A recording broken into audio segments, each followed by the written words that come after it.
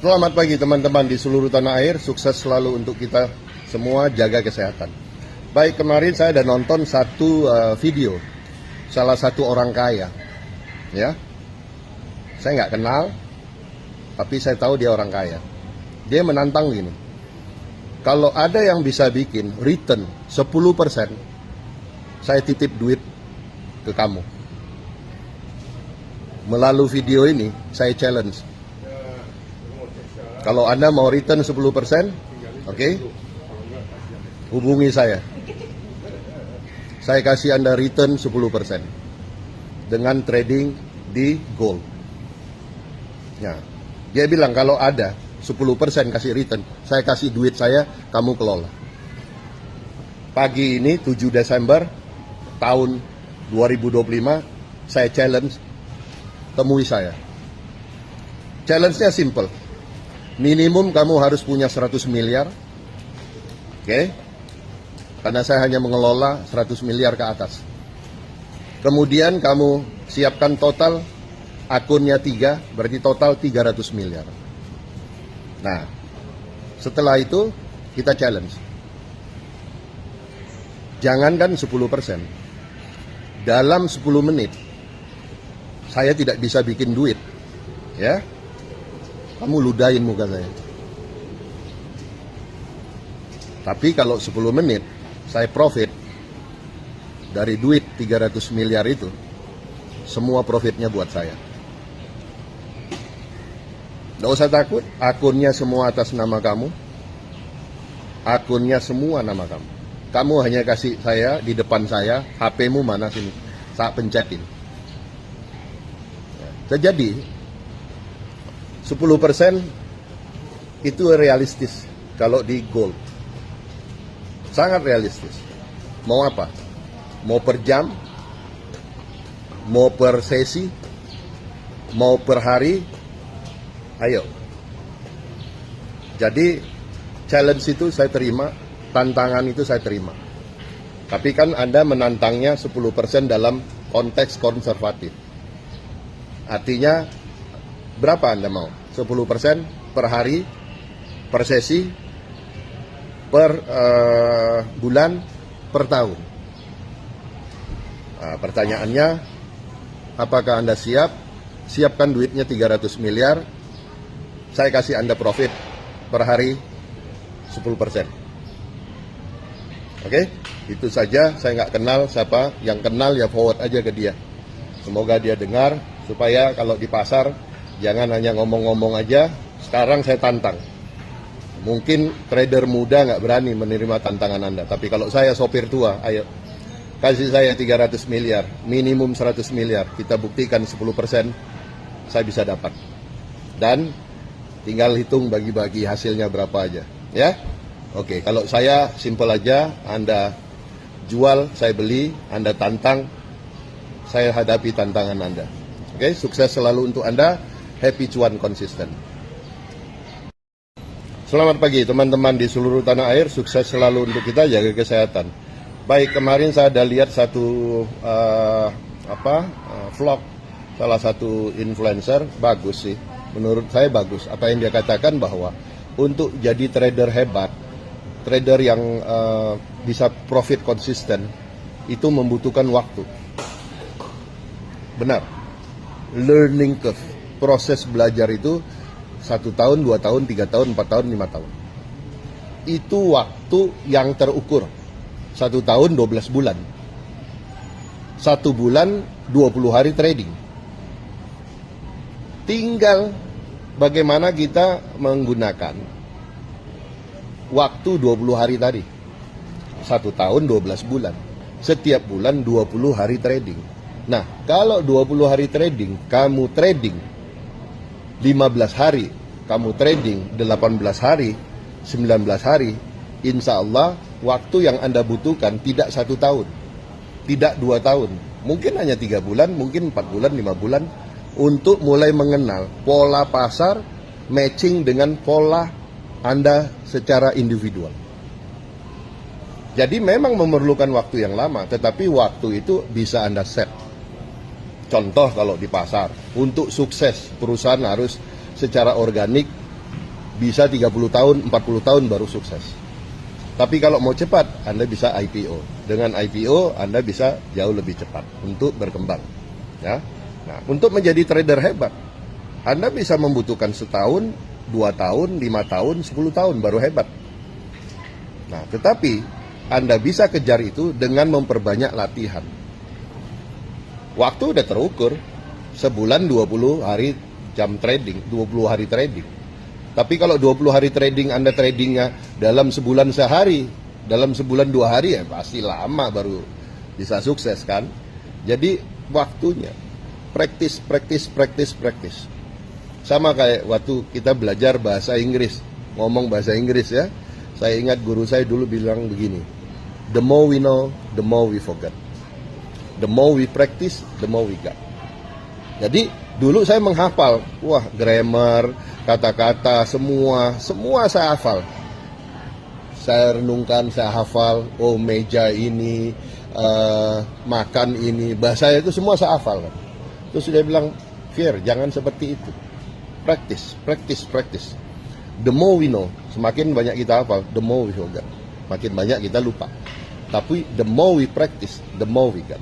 So, jadi kita harus praktis, latihan terus. Nah, di saham, di stok, di gold, di forex, di crypto, keep going dengan praktis,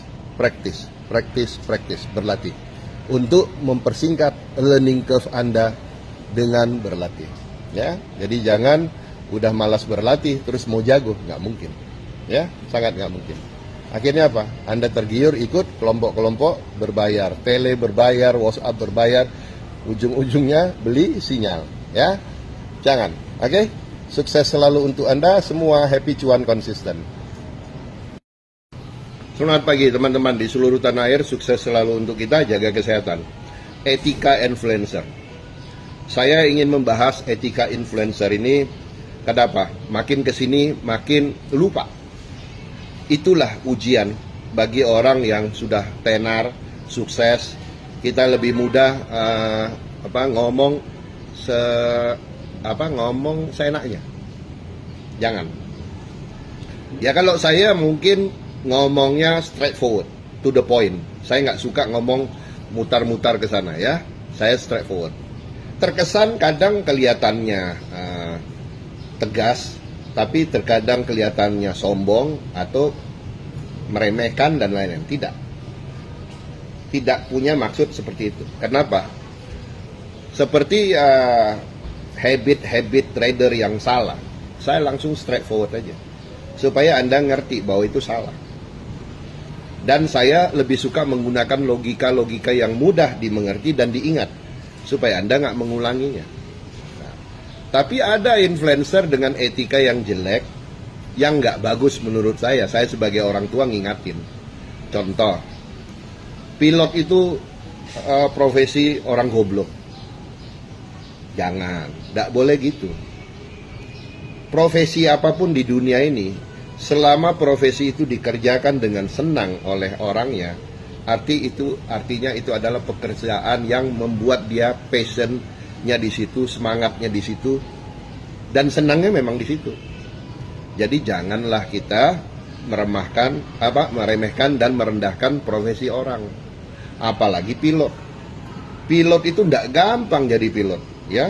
Kamu yang ngomong pilot goblok belum tentu bisa lulus, ya.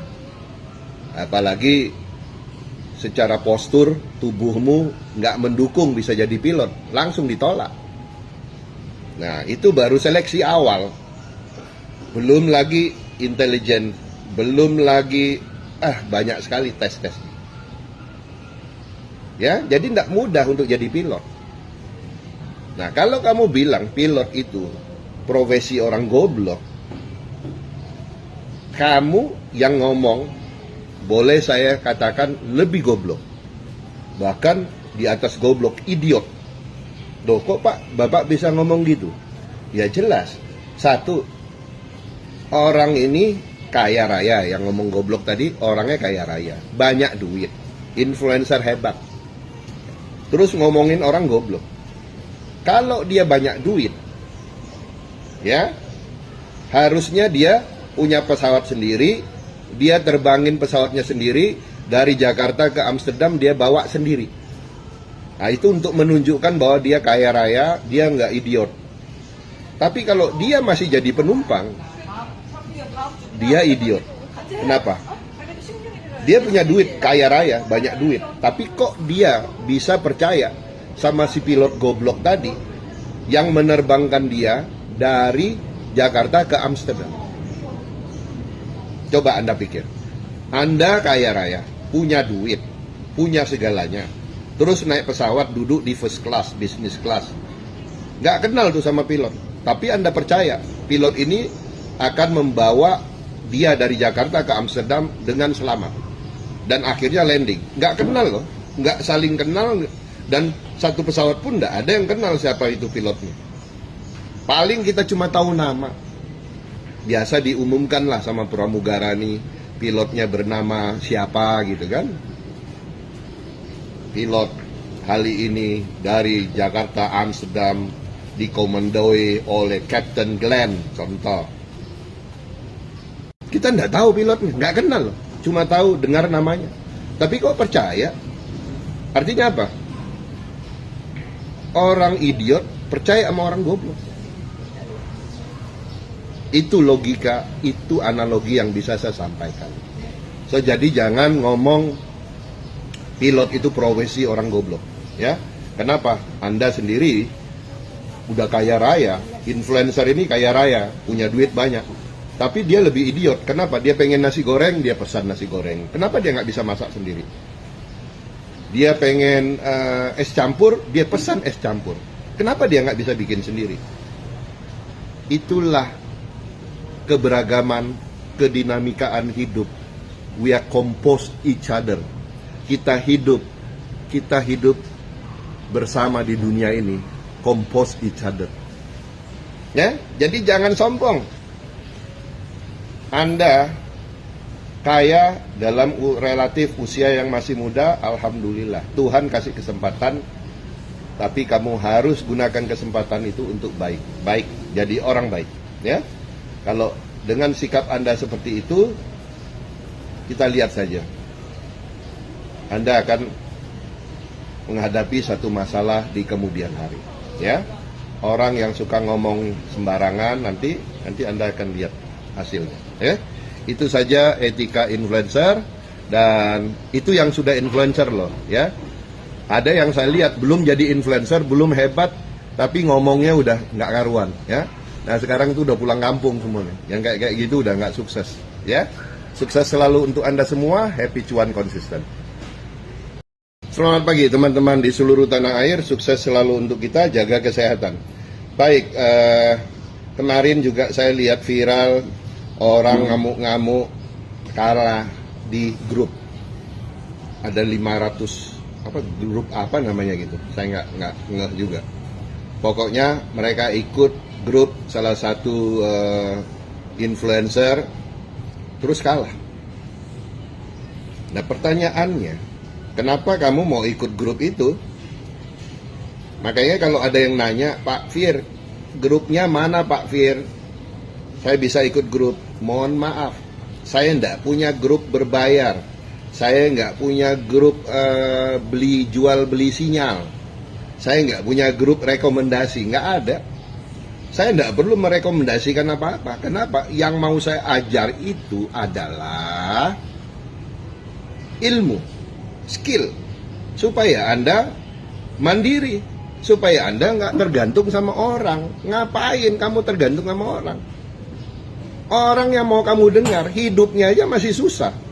Contoh, ada grup merekomendasikan buy, merekomendasikan TP, merekomendasikan kapan sinyal buy, sinyal. Hidupnya aja masih susah. Listrik di rumah masih pakai token, kontrakan masih bulanan, kemana-mana pakai sepeda motor. Bukannya menghina ya, tapi kita berada di industri capital market.